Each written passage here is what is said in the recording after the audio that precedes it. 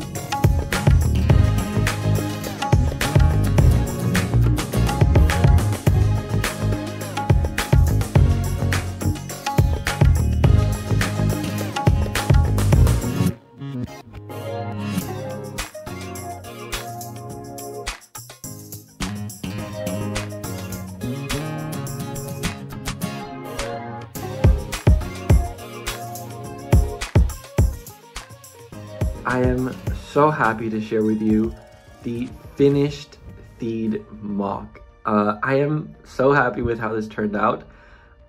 For this showcase, what I think I'm going to do is we're sort of going to go kind of like what I did with the build series in phases.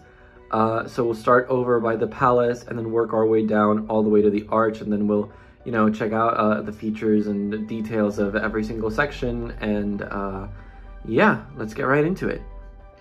All right, you guys, so really quickly before we get into the close-ups, I kind of wanted to do an overview of the entire mock with all the minifigs in place, just to sort of get an idea of scale and how everything looks. I'm so happy with the level of detail that I was able to fit into this mock.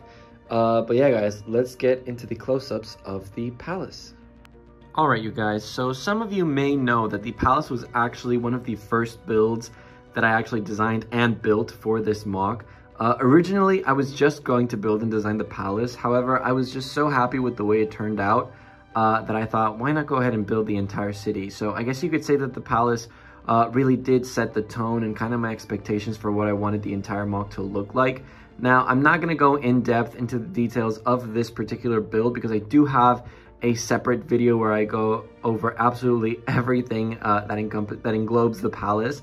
So I'm going to leave a link for that in the description. And then in case you're interested, I also have instructions available for this build. So I'll leave a link to those down below as well. So why don't we go ahead and move on to another feature, which is over back there behind those trees. So this is a part of the mock that is rarely showcased as it is so tucked away into a corner of it. From here, you can really appreciate the interior of the palace. But what we have going on here is a really nice little beach. I've placed my custom Boss Nass minifigure as well as Captain Tarpals just to include them in the mock somewhere. The purpose for this beach was not only to help tie in sort of like the water scene with the rest of the build, but also just sort of like create a space where I could display the Gungan sub. As you know, this is the set where the original Queen Amidala minifigure was from, and it sort of was the minifig that sparked the inspiration for this entire setup. So I thought that including this set was kind of important, and I'm really happy that I was able to find a way to integrate it so organically into the mock. I also like how the beach just integrates into this sort of like platform that joins in with the rest of the city. I feel like it looks really, really good. But yeah, let's go ahead and move over to the palace entrance. Now, the palace entrance and subsequently the platform that it's connected to, as well as the mountains that hold up the palace, were one of the parts that I was mostly dreading when designing this mock, because I really wanted to find a way to integrate the palace build organically to the rest of the city. So it really needed to look right and then get the proper proportions to make sure that the palace stood out and you could still tell that it was on top of a really nice mountain sort of build. The statues that are placed in front of the palace, those were particularly difficult to design as well, because they have a very distinct wing design. And originally I had the wings from that Harry Potter Bow-Baton Chariot set, but they just weren't working right. But I did come up with this technique using Technic panels, and I feel like they really do capture the geometry that the wings in both the movie and the video game have. I feel like they just look so good. And the platform itself turned out great. I love the railing detail with those little Technic balls. They just add the perfect amount of detail and sort of like characteristic to it. It just looks really good, and I'm really happy how cohesive everything looks. Like the connection between the palace and the platform and the mountains, it just turned out so well, and I'm just really happy with it. But yeah, guys, let's go ahead and move over to this sort of like residential area. All right, so this little residential area right here can be divided into kind of like 3 sections. The first one being this little garden right in front of this house. Now, this garden was actually a creative liberty taken by me. In the game, this garden is located elsewhere, but I really wanted the city to feel like flooded with greenery. So I feel like locating it here where there would have been rather just an empty plaza was the right choice, and I stand by it. I feel like it really does help add a lot of natural detail to it, and it just looks really nice. The second area is this open courtyard. Now, this courtyard is one of my favorite builds in the entire mock, just because of the sheer amount of foliage that it has. It also makes for a very nice entry point to this like second platform. Now, it is comprised of 3 main entries. You have one here, one on the other end, and then you have this sort of like more discreet side entrance that I just think looks so good, especially with that little lamppost and the plant right there. Now, another very distinct part of this courtyard is this little round building in the middle. It was kind of challenging to find sort of like the proper way to anchor this building to the ground and make sure that it wouldn't warp because of the way that it's built using hinge plates to connect every section. But I feel like it turned out really, really well, and it's actually got a pretty sturdy build. I'm very pleased just with the overall look of this courtyard, and as you can see on the inside, it has little benches as well as little potted plants, and I've used it to create like little scenes, and I'm just really, really happy with how they look. And then guys, the third part of this entire residential area is definitely going to be the houses. Now, all three of them are kind of the same. As you can tell, this one just has a different color of roof, and then I've omitted the awnings as well as changed the bar color from brown to gold. And then these ones do have these awnings in dark red, which just help them, you know, distinguish enough from this one to sort of give the idea there are like very different styles, even though they're kind of like just the same build. But let's go ahead and take a look at what they look like on the inside. All right, so I do apologize a little for the poor lighting, but as you can see, guys, the ground floor of all three houses is this kind of like seating area with some really nice dark red pillars and some chairs that resemble the ones used in the palace. However, the second floor for these two houses in particular is a bedroom with a different color bed, just, you know, to distinct them between each other. And then the top floor for this house is sort of like a dining room area thing. I wanted to sort of give off the vibe that we have in that scene in Attack of the Clones where Anakin and Padme are eating together. So that was kind of like what I was trying to emulate with this build, and I think it looks really, really good. I'm actually really happy with how they look, and having these open backs give us easy access, you know, to place minifigures and set up different scenes. And I just feel like since you don't see them a lot, it works really, really well. But yeah, guys, let's move on to the next part of the MOC. All right, so this next build is definitely one of the more intricate buildings in the MOC. When designing this building, I had to take a lot of reference from the video game and the movies. However, I did end up making it just a little bit taller to make it work with the Lego proportions. As you can see, it's packed with detail on the outside. I've used those candle pieces to help create very thin pillars up front, as well as a lot of snot techniques on the side to give the idea that it's just covered in like these thicker pillars holding the entire building up. You can also see that these spires are built with snot techniques as well for the roof. And then we also have yet another dome capping off a building, which is just insane, the amount of domes that we have in this MOC. But I'm very, very happy with how it turned out. I love that like gigantic door and the flags that just, you know, cover the entire facades of the building. It just looks really, really nice in my opinion.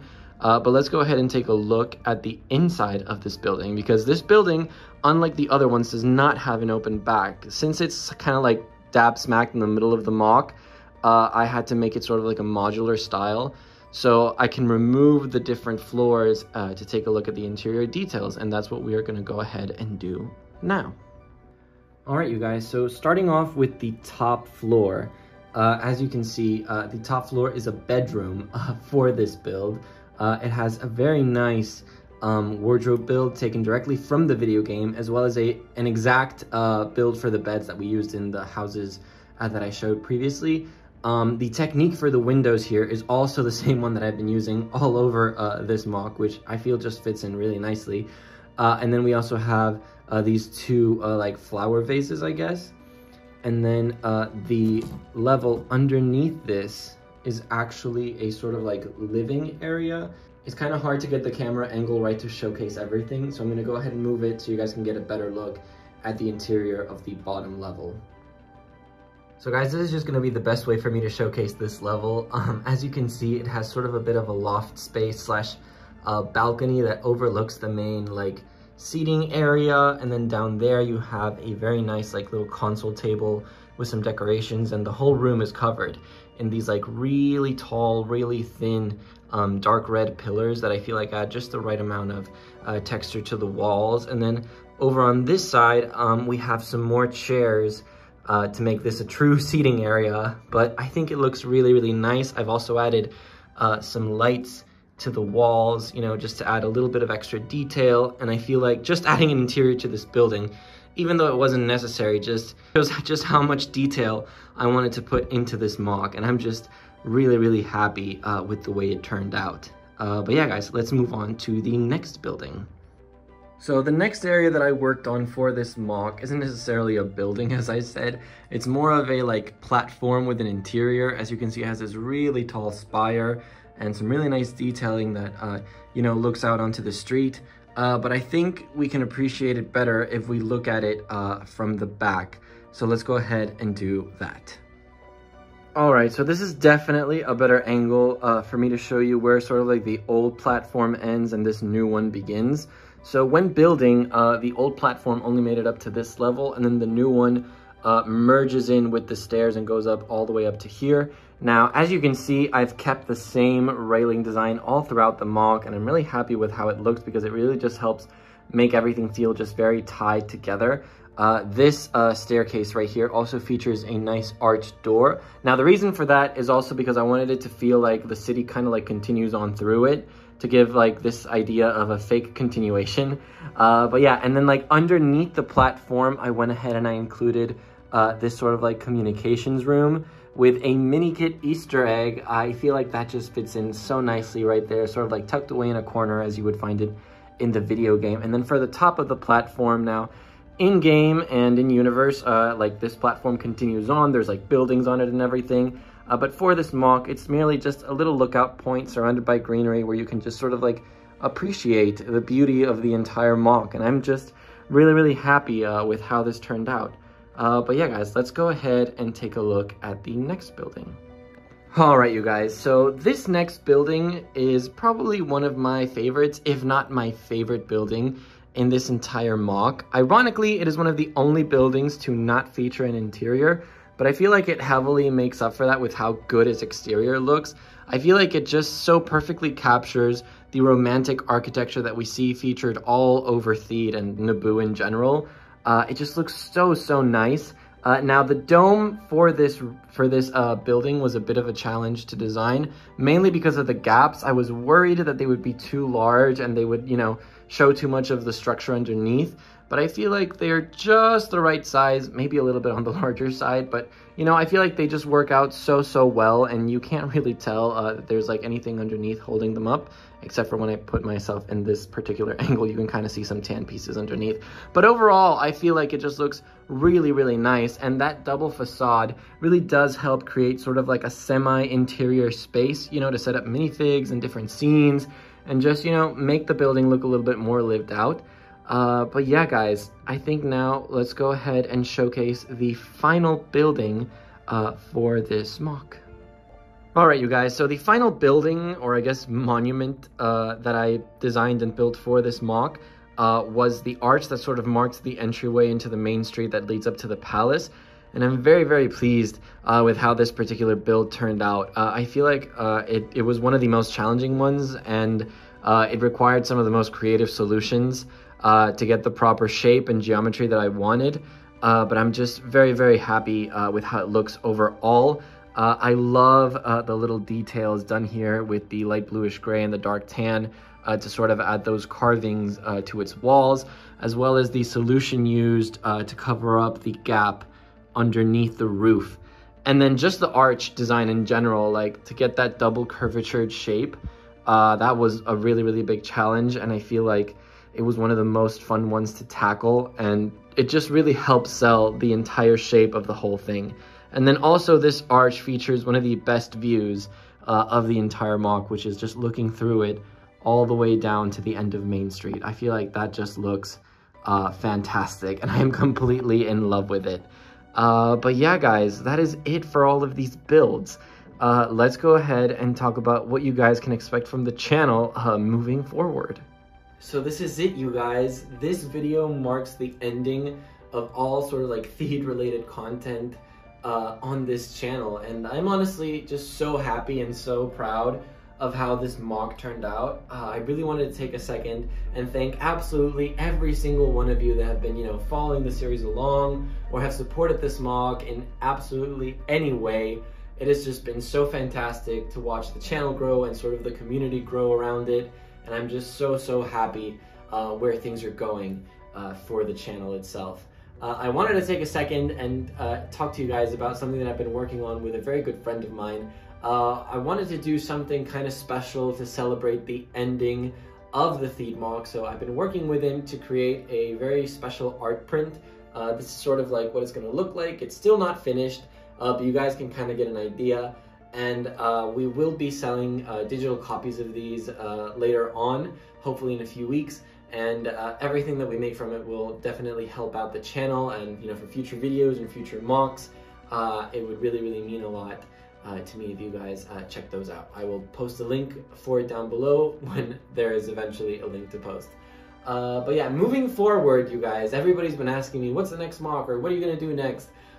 There will not be a big mock like this for the foreseeable future. Like, this was such a big passion project, and it took up so much time and so much energy. I kind of need a little bit of a break from big mocks.